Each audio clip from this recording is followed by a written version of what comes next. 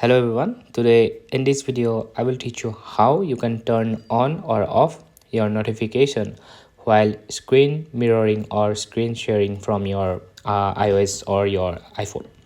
So if you are sharing your phone's screen to your TV and suddenly a notification pops up on your TV and you don't want that to be happen. So yeah, I got you.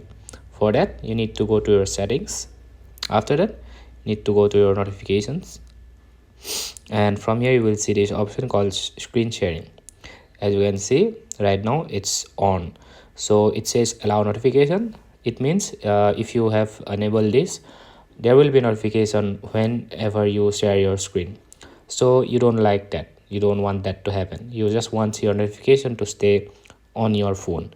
So just turn this off and there you go, there will be no notification on your TV or any other device. So yeah, that's how you turn off or you can turn on notification while sharing or mirroring your iPhone screen.